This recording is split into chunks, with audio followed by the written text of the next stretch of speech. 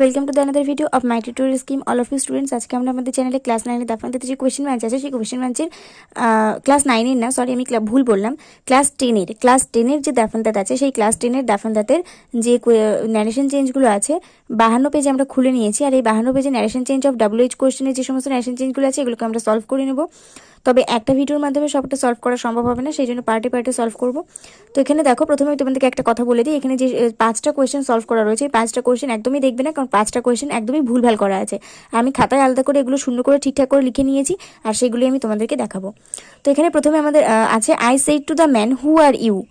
আমি মানুষটিকে জিজ্ঞাসা করলাম যে তুমি কে। তাহলে এখানে সেড টু জায়গায় আস্কড বসবে, আর যেহেতু WH কোয়েশ্চেন সেজন্য কোনো লিঙ্কার বসবে না, আর এখানে সাবজেক্ট আগে বসবে আর অক্সিলারি পরে পাস্ট টেন্স হিসেবে বসবে। তো আমাদের আনসারটা হবে I asked the man who he was.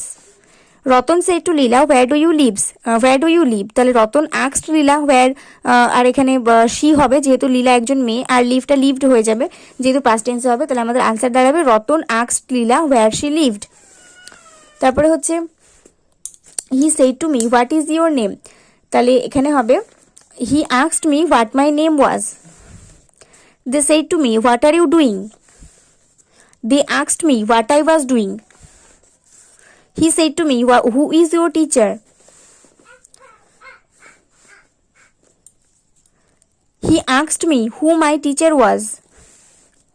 Father said to her, how did you know this?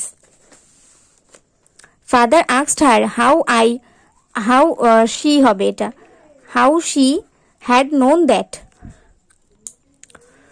Teacher said to him, when will you go home? Teacher asked him when he would go home. Why did you lie? Said she.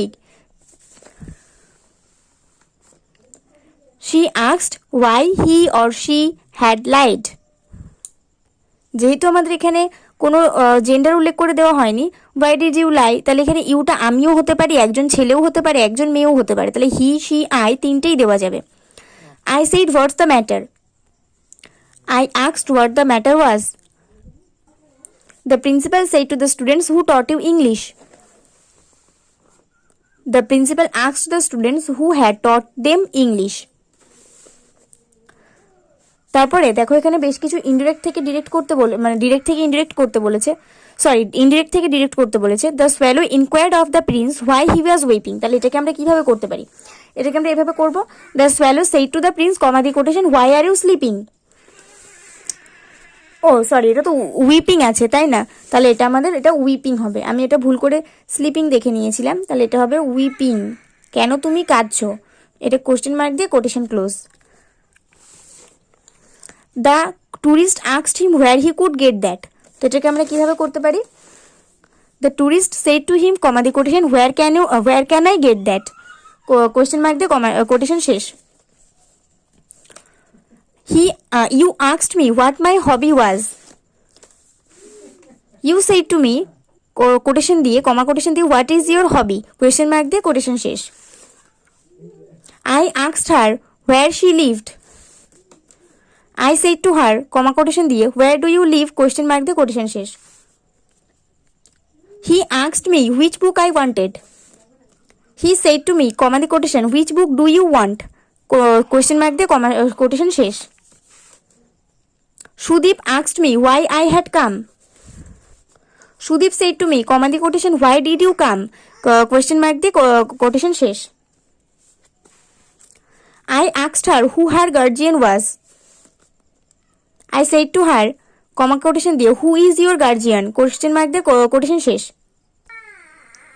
She asked me where my sister was. She said to me, comma quotation দিয়ে where is your sister, question mark দিয়ে quotation শেষ। Rahul asked his friend where he had kept his book. Rahul said to his friend where you have kept my book, question mark দিয়ে quotation শেষ। তারপরে আমাদের yes no question দিয়ে বেশ কিছু narration change আছে। She said to him are you ill? সে তাকে জিজ্ঞাসা করলো তুমি কি অসুস্থ, তাহলে এটা হবে She asked him if he was ill. যেহেতু এটা ইয়েস নো কোয়েশ্চেন তাই জন্য আমাদের লিঙ্কার হিসেবে ইফ বসবে। I said to her, did you have tea? I asked her if she had had tea. এখানে দুটো হ্যাড একটাই কারণে হয়েছে।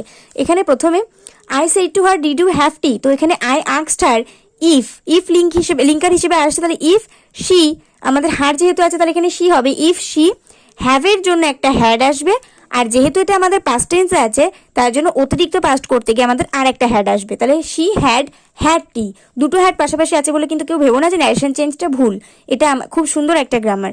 I asked her if she had T.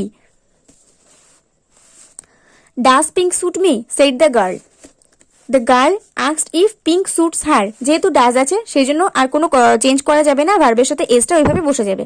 Dipak said to Kamal have you read the book, Deepak asked Kamal if he had read the book. I said to her, were you present here yesterday? I asked her if she had been present there the previous day. যেহেতু be verb আছে সে আর অতিরিক্ত past tense করতে গিয়ে আমাদের had যোগ করতে হয়েছে, আর B ভার্বের জন্য আমাদের একটা বিন এসেছে, আর যেহেতু ইয়েস্টারডেটাকে আমরা দ্য প্রিভিয়াস ডে লিখি সেই জন্য আমাদের দ্য প্রিভিয়াস ডে লিখতে হয়েছে। I said to Rohan, have you received any gift? I asked Rohan if he had received any gift. Are you coming with me? He asked. He asked if he or she or I was coming with him. যেহেতু আমাদেরকে কোনো gender উল্লেখ করে দেয়নি, just you আছে, তো আমরা he she I তিনটেই লিখতে পারি।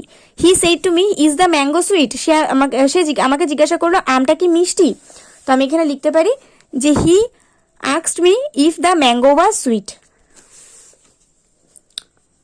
Pooja said to me, can you drive? Pooja asked me if I could drive. She said, is he busy? She asked if he was busy. Is it good or bad? Asked Rahul. Rahul asked if it was good or bad. তো আজকে আমরা এই পর্যন্তই করলাম, এর পরের পার্টে আমরা এখান থেকে করব, মানে এখানে আমাদের যে ইনডিরেক্ট সেন্টেন্স করতে বলা হয়েছে সেখান থেকে আমরা করব।